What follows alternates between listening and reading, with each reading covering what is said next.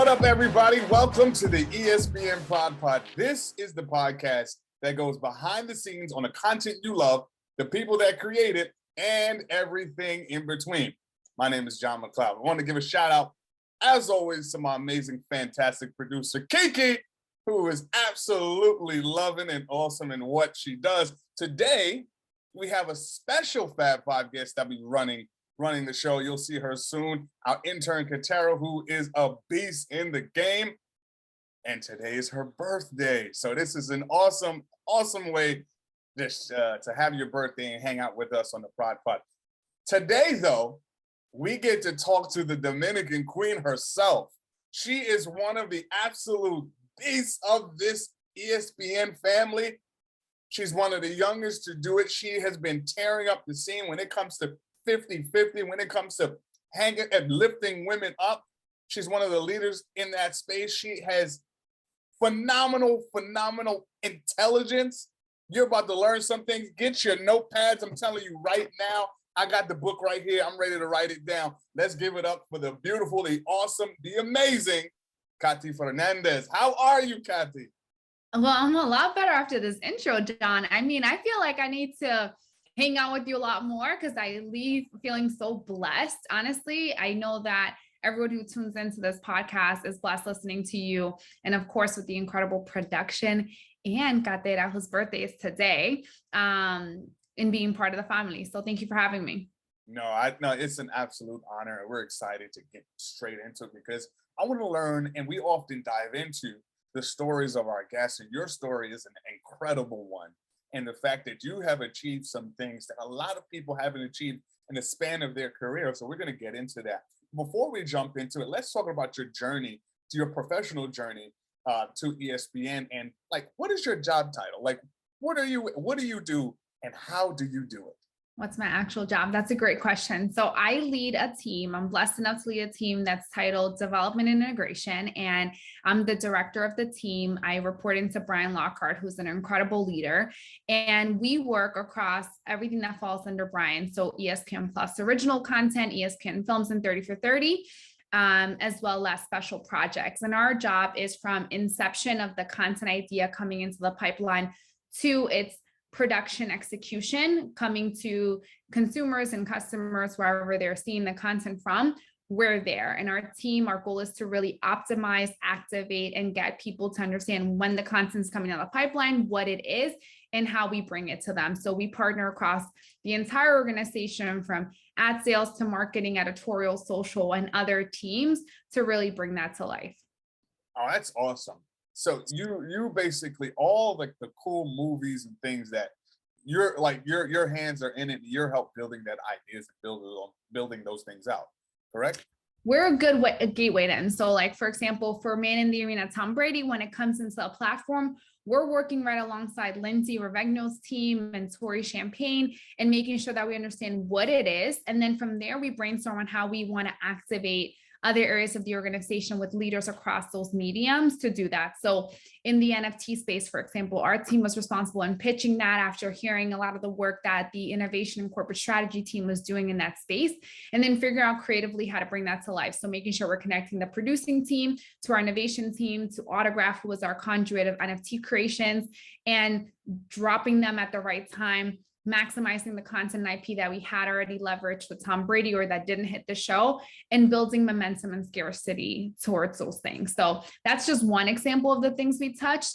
With 50-50, we were the team that works hand in hand with our programming partners to figure out, ESPN is the amazing home and birth of 50-50, but how else do we broaden the storytelling, especially of a regulation so important like Title IX, as part of the education amendment, to a broader audience and unlock it across our entire Disney bundle. So we ultimately serve as a representative to the content across many different teams.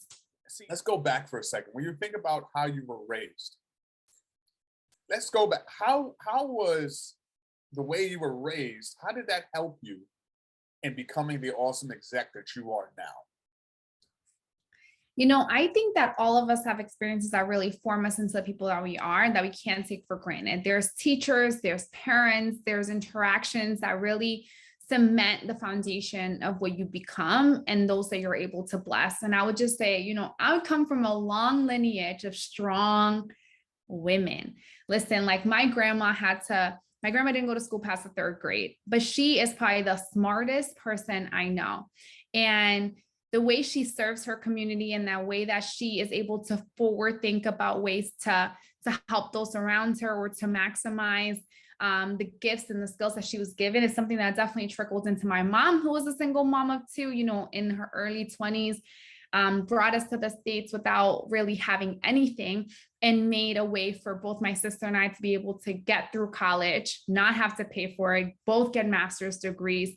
And that requires a ton of grit, tenacity, passion, and awareness. And I think that those are all elements that they kind of instilled in us at a young age, coupled up with faith, right? Both what you see and what you don't see. And so I just kind of apply that to my everyday and let passion and faith kind of lead me, as well as like operationally, I'm definitely the kid that like puts their toe in the pool first. I'm never going to be the kid that like jumps head first. But that's okay because there's ways to do that in business as well. See, what you said was important. And I think I want everybody to make sure like they understood what you just said. You highlighted the amazing women that got you here, but more importantly, you pointed out that the different attributes that they handed down to you and cultivated in you to allow you to get to this point. Speaking of amazing women, you are one of those amazing women. You're leading the 50/50 initiative. Can you go into, what your goals were, the initiative, and what your ultimate goal was? I think my ultimate goal is honor, honestly. And we talked a little bit about the women that kind of got me here, right, in terms of my personal life. And I would say there's women that got me here for my professional life as well. And so the only reason why I really had such a hand in 50/50 is because when Kim Wilson, who is an incredible Black executive woman, was getting ready to carry on to a new adventure, I remember I was in Cancun on my vacation, and she's like, hey, would you want to work on this? And I had been watching from the sidelines, and I was really passionate about it. I'm very passionate about public policy and democracy. And I think that Title IX is so cemented in democracy and civil rights, which are like at the core of at least who I am. I want to say who we all are as people, but I don't want to make large assumptions. And so I would say that when I came into it, I really wanted to honor the vision that Kim had when she handed this down to me, honor the women that had come before me, in the 50 years that Title IX has been in place, and the grandmothers and grandparents and mothers and active allies and accomplices of the regulation. And I really wanted us to expand the thinking of where we are, but also talk about where we should be and the responsibility that we all have for the next 50 years, right? Because this doesn't stop now. Oh, yeah. We're just celebrating a large milestone, right? And milestones come and go, but what stays is what we've planted. And so I really wanted to make sure that what we could plant would bear fruit, not just now for the 50th anniversary, but long-term, the next couple of years to come. First of all, congratulations on doing such an amazing job, you and your team. I think you have set the standard for young women and little girls coming up.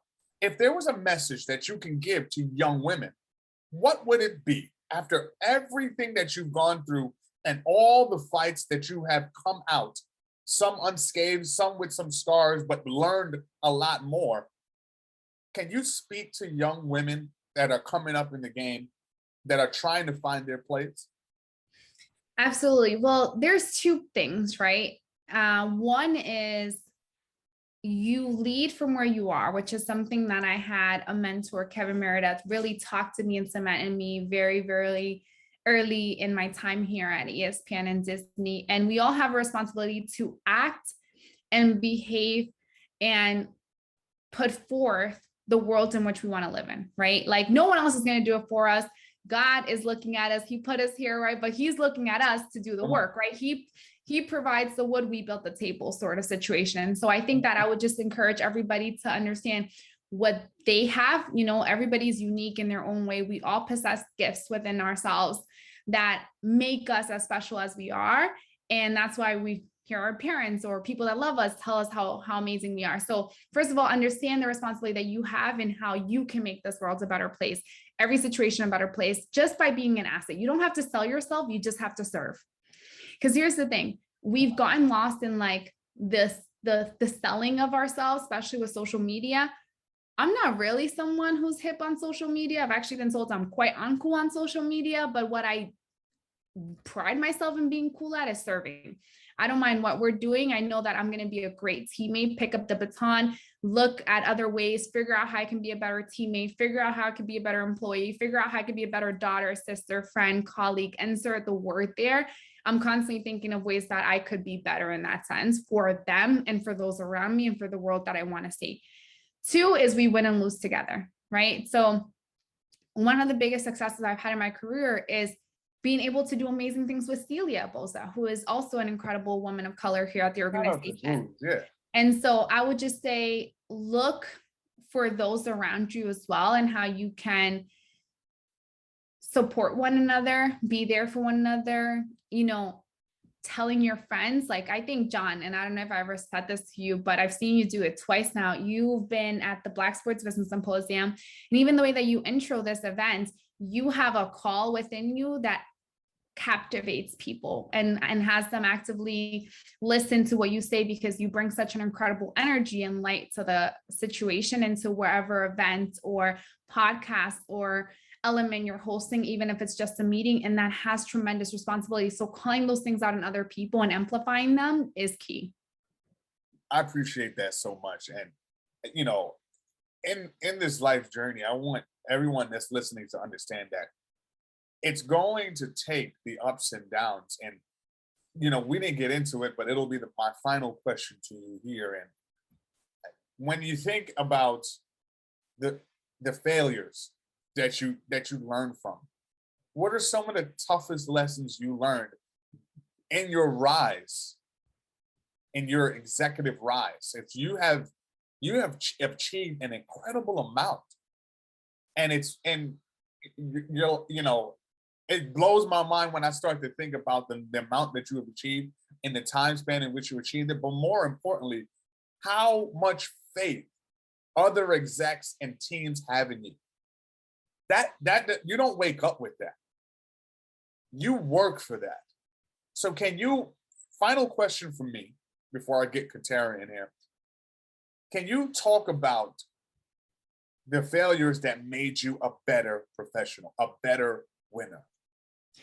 Yeah, I really had to. When I was 22 was probably like the turning point for me, 22 turning 23, where I was like starting to praise my failures or my no's with the same intensity as I was praising my yeses and the doors that were being open to me. Because what I realized is that every door or every failure that happens is leading you down the path to the thing that you're supposed to actually be and do. And so for me, I don't really get hung up on those things anymore. I used to, like, I think we can get into this, right? We want to pray out of things. We want to like microwave prayers, and we're like, oh, Lord, if you would just release me from this one thing, or if you would just take this barrier out of my front line, you would just, you know, bless me and like have this person fall downstairs and not show up to work tomorrow. We don't need to be praying through some of those things, right? We have to be praying out of them. We have to be praying through them. And it's more so like, teach me ways that I can garner their strength to get through this.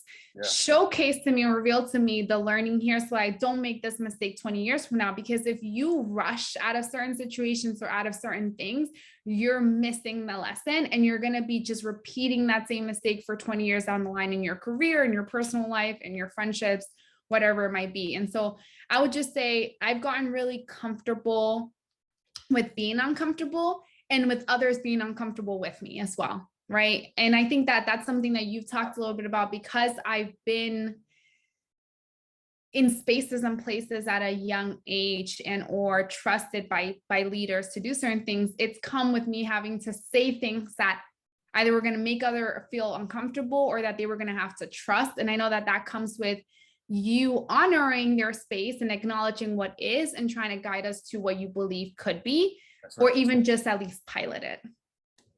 That is look, where if you're on YouTube, if you're listening on a podcast, rewind that and listen to what she said again. Incredibly, incredibly impactful.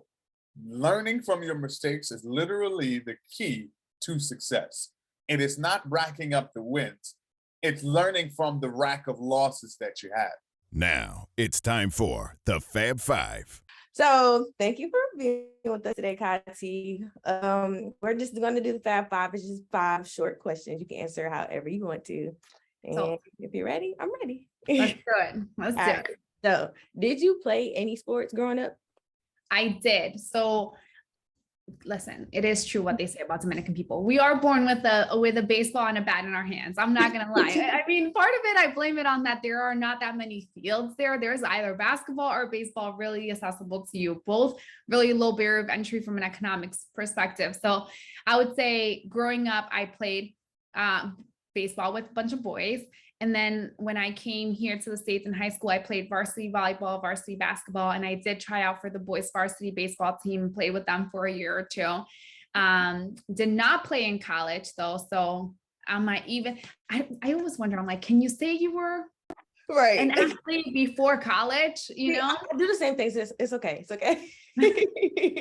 So there we go. All right. So if you could have continued playing like a sport, what sport would it have been? Honestly, this is a sport I didn't play because I went to high school that didn't really have that available to us. But I wish I would have done track and field because I ran my first half marathon this year as part of 50-50. And I trained in like 3 weeks. I was buying my house at the same time and ended up getting like a really good time. And it surprised me. And sometimes I wonder, like, if I had just been exposed to it earlier, if I would have been able to get a academic scholarship for it. Right. I could agree with that because I definitely find myself like, do I want to run track or do I want to do something while I'm in college? But it's too late. I'm on my senior year, so it's whatever. All right. So what is something that like reminds you of home, like no matter where you're at? Something that reminds me of home. Honestly, home for me has been so linked with my grandmother for such a long time that even hearing her voice or thinking about her always reminds me of home. I really, as a Black Latina that wasn't born here, I really I don't know what it was, but like 3 years ago when I first started at Disney and I moved to New York, I just made a commitment. I was like, I'm not straightening my hair no more. I'm not doing any of these things anymore. And I just had like this desire and calling to really be regrounded in where I am and where I come from. And so I've been going back home a lot more often now that I'm in New York or in the New York area and not LA. And I'm committed to being there. I have 30 kids down there that depends on me and my family, and starting to do more work with our government officials down there to make sure that education is accessible, not just to me and my sister, but that we are actively paying that forward and not an anomaly that people talk about and glorify, because they should have the same rights and access. Right. All right. So that you did talk about your nonprofit. So I do know you have that nonprofit in the DR with your family. What is something that you take away from it and like seeing the growth from the profit? We're rebranding the website. So last night I was like sitting here writing copy for it. And now we're we're about 1.5 years in since we relaunched it during the height of the pandemic. And one of the proudest moments that I've had is probably just seeing these kids not have to do certain things. Like one of the things that broke my heart, I think it was like the same time that I was in a meeting with like someone really fancy here. I don't know if it was like Spike Lee, our first meeting we had, or somebody like that. You're like, holy heck. Right. I had just gotten a message at the same time that one of our kids had gotten hit by a bus because he had to skip school that day because he had to help his dad work and they didn't have enough money that day. And it's like 100 pesos, which is in United States currency, $3. And I'm like, I cannot believe I'm sitting here living a dream. And there are kids that we work with skipping school because they don't have $3. I just spent that in Starbucks. And so I think really getting economically and financially sound over the last year has been amazing for us, and being able to remove one by one. Each kid has such a different story. You can't necessarily do that for everybody right off the gate, but removing as many of those barriers as possible has been probably the best growth.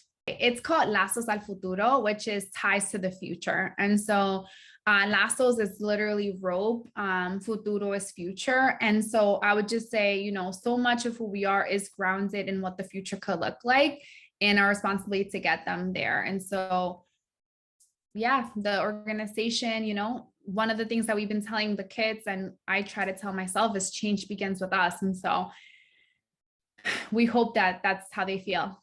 Okay, so yeah, good. I love the nonprofit. I love that you're all for like women and kids like growing up and stuff. So that's really, really good. Well, last question. Okay, so I'm a big 30 for 30 kind of girl. So what is your favorite 30 for 30 doc? What is my favorite 30 for 30 doc? I would say Breakaway. It's Maya Moore's story that came out last year. And it was her story about how she met her husband, and her husband was in jail at the time, and how it started from a friendship, and just like her putting basketball aside to get in there and help free him and like learn the legal system, advocate on his behalf, utilize her platform, and then for them to fall in love and have this incredible story. I'm a sucker for love. Yeah.